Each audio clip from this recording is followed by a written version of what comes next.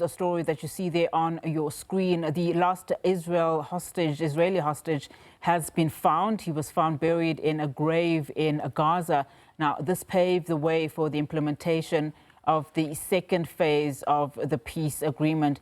So these are just the reports that we are getting at the moment. It is understood that the Israeli military says it has received the body of the last remaining hostage in Gaza, and that the search for Master Sergeant Ran Givli since the ceasefire with Hamas began in October. You will recall, of course, Hamas was meant to return all hostages in those negotiations that they had with Israel.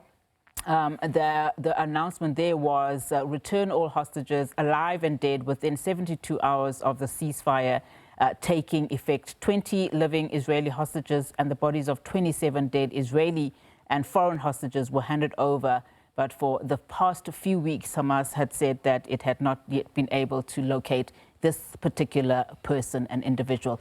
Let's now bring in our specialist correspondent, Sophie Mokoena. Of course, Sophie, we understand that these reports are coming from the Israeli military itself, saying that it has retrieved the body of the last remaining hostage in Gaza. Just talk to us about the significance of this and what do you know so far?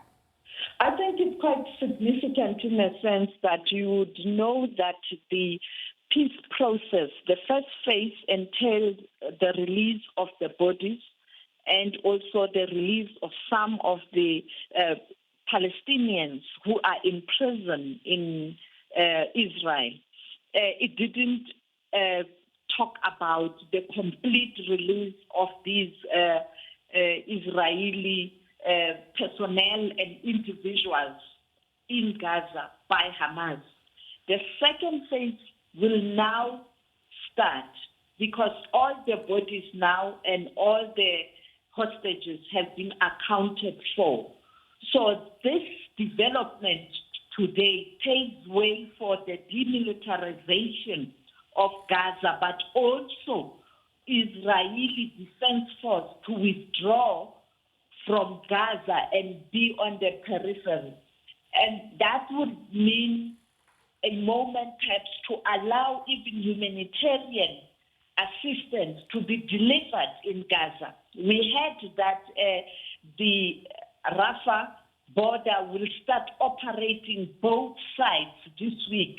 So it will be interesting to see that happening, because by releasing all the hostages, including the bodies, that means the second phase of this agreement must start. And I suspect tonight at 7 South African time, that is 1 o'clock the U.S. time, that briefing by President Trump is likely going to touch on these developments, as we've seen the Prime Minister of Israel, Benjamin Netanyahu, already issuing a statement to say that demilitarization will start, however, not the reconstruction. So that's a big breaking story now in the Middle East, but generally around the world. And many will be monitoring now the second phase being implemented, but you still have to negotiate the implementation, and there might be hurdles. Lastly, I spoke to the ambassador of Egypt in South Africa today about the donor conference that was supposed to be hosted by Egypt. He told me that that is still in the process and they are engaging the Americans. So I think those are the two issues now, the negotiations in terms of the implementation of the second phase of this peace process, but secondly, that donor conference. And I was told last year by the Foreign Affairs Minister of Egypt that during the donor conference, they will definitely want South Africa to be there. In other words, they want to invite President Ramaphosa. All right, Sophie, thank you so much for that. Of course, we will be monitoring all those developments and, of course, the reaction, particularly from the United States and Donald Trump's peace plan. That was our specialist correspondent, Sophie Mokoena, of course, on our breaking news story The last Israeli hostage has been found. He was found buried in a grave in Gaza.